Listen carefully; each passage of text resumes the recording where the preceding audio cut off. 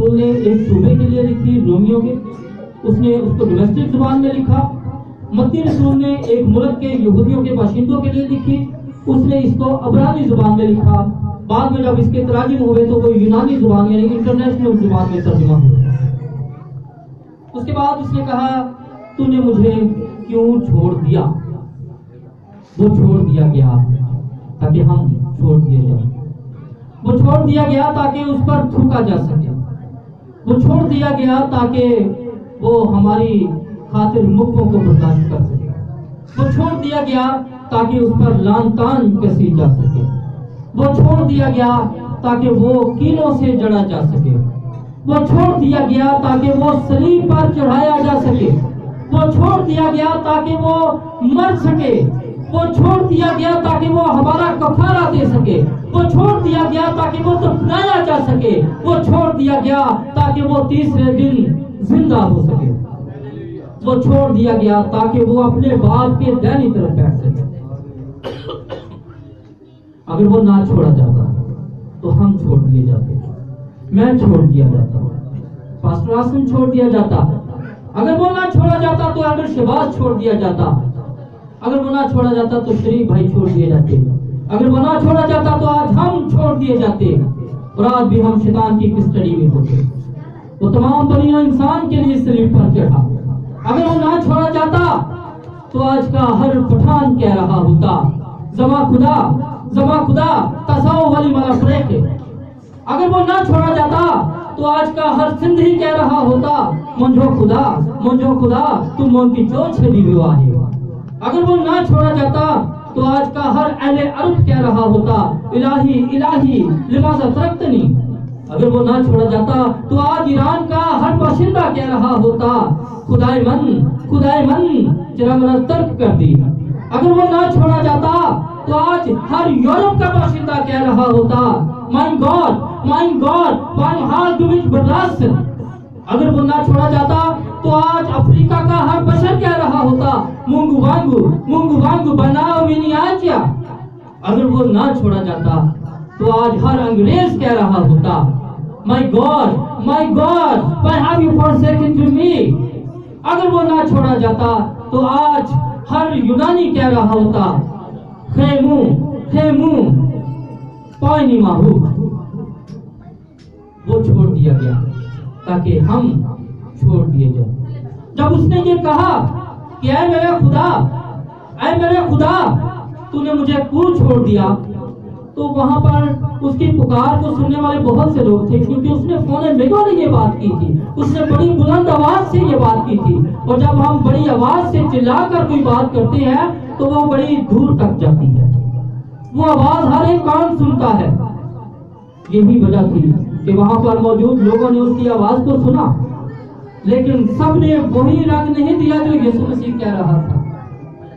3 तबकात थे, 3 किस्म के लोग थे जो यीशु की इस आवाज को सुन रहे थे। पहले थे यहूदी, दूसरे उसकी आवाज को सुनने वाले थे रूमी लोग, और तीसरे यीशु मसीह के अपने हमदर्द लोग थे।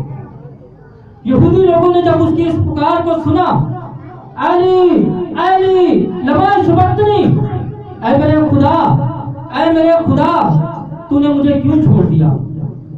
हालांकि ये यहूदियों की अपनी जुबान थी। यहूदी इस जुबान को बड़े अच्छे तरीके से जानते थे कि ये हमारी जुबान में बात कर रहा है, लेकिन उन्होंने इस बात को क्या रंग दिया। इससे पहले कि मैं इस तशरीह की तरफ जाऊं, मैं आपको एक मिसाल देता हूं। 4 अंधों ने सुना कि एक बादशाह ने सफेद हाथी पाला है, किसी मुल्क की तरफ से तोहफा आया है, तो उन्होंने सोचा कि हम उस हाथी को जाकर देखेंगे। वो बादशाह के पास जाते हैं और कहते हैं कि बादशाह हजूर, हमने सुना है कि आपके पास सफेद हाथी किसी मुल्क से तोहफा आया है, हम उस हाथी को देखना चाहते हैं। तो बादशाह ने कहा कि ये तो ठीक है कि हाथी मेरे पास आया है, लेकिन मैं ये सोचता हूं कि आप उस हाथी को देखोगे कैसे, आप कैसे अंदाजा लगाओगे कि वो हाथी सफेद है, कैसा है, आप तो अंधे हो। उन्होंने कहा बादशाह सलामत, ये हमारा हेडिक है, ये हमारी रिस्पॉन्सिबिलिटी है कि हमने हाथी को किस तरह पहचानना है। हमें आपसे सिर्फ परमिशन दरकार है। We want permission from you। हमें आपकी इजाजत चाहिए। बादशाह ने कहा कि ठीक है, मेरे पास सफेद हाथी है, आप उसको जाकर देख लें और वापस आकर मुझे बताएं जरूर कि हाथी कैसा था। वो गए अपने वजीर के साथ, उसने भेजा और कहा कि इनको हाथी दिखाएंगे, ये हाथी देखने के लिए आए हैं।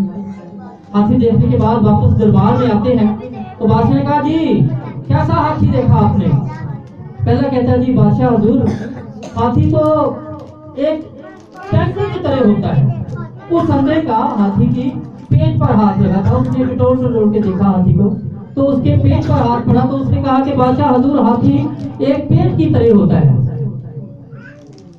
दूसरे ने कहा बादशाह हुजूर ये झूठ कहता है, हाथी तो एक पिल्लर की तरह होता है।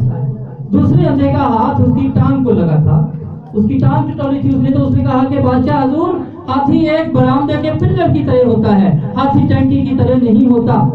तीसरे ने कहा बादशाह हुजूर ये दोनों झूठ बोलते हैं, हाथी तो एक छाछ की तरह होता है। उस अंधे का हाथ उसके कान को लगा था, उसने कहा कि हाथी एक छाछ की तरह होता है, हाथी ना टंकी की तरह होता है, हाथी ना पिल्लर की तरह होता है, बल्कि हाथी तो एक छाछ की तरह होता है। चौथे ने कहा बादशाह हुजूर ये तीनों झूठ बोलते हैं, हाथी ना टंकी की तरह होता है, हाथी ना बरामदे के पिल्लर की तरह होता है, हाथी ना छाछ की तरह होता है, बल्कि हाथी तो एक रस्सी की तरह का होता है।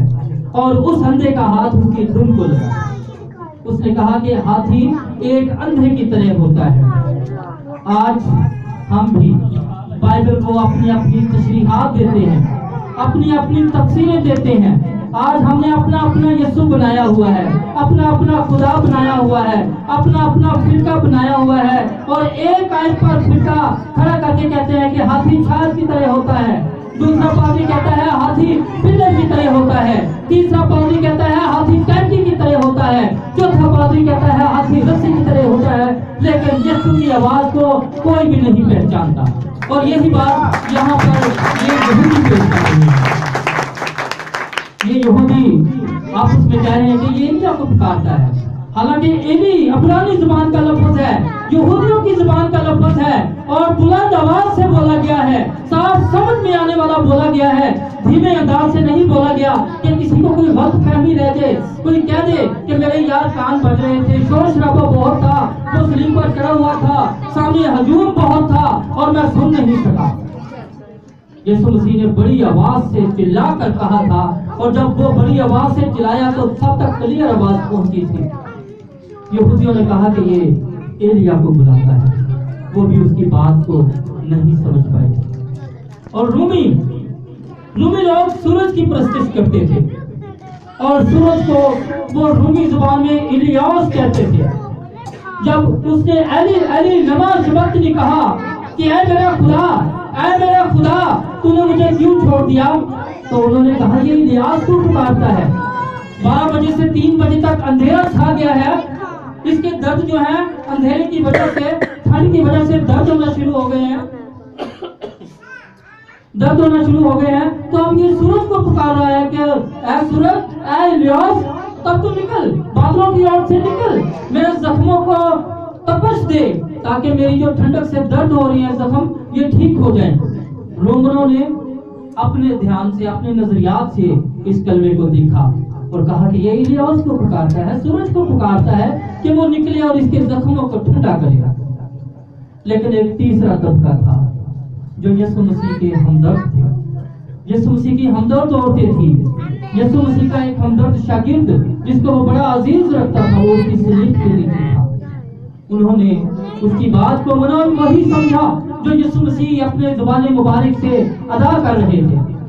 वो समझे कि यीशु मसीह इस वक्त तकलीफ में है, यीशु मसीह को खुदा ने छोड़ दिया है, यीशु मसीह खुदा की जुदाई को बर्दाश्त नहीं कर पा रहा है, और वो कह रहा है कि एली एली लमा शबक्तनी।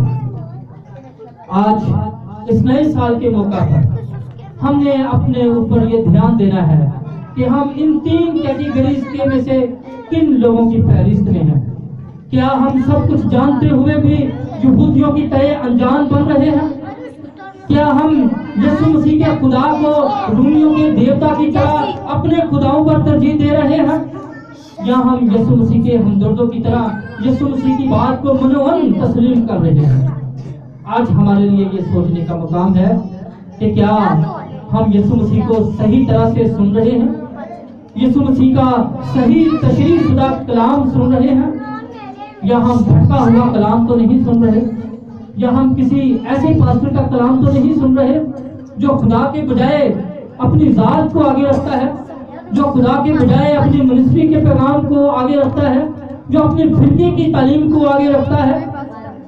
आज हमने रूहों को जांचने वाला बनना है और सही यीशु मसीह के हमदर्दों की तरह यीशु मसीह के मनोवन जो उसकी जुबान से अदा हुए उसको समझना है, ना कि रूमियों की तरह पैगाम को गलत तशरीह देनी है, ना यहूदियों के लिए सब कुछ जानते हुए भी कलाम को गलत रंग देना है। आज हमारे लिए यह मौका है कि हम अपने आप को खुदा के हजूर में गिराकर ये खुदा से इल्तिजा करें कि वे हमें वो ज़हन दे, हमें वो दिल दे जो कलाम को सही समझ सके, जो कलाम की आयत व आयत की सही तफसीर हमारे दिलों में उंडेल सके। खुदावंत अपने कलाम पर बढ़कर आमीन।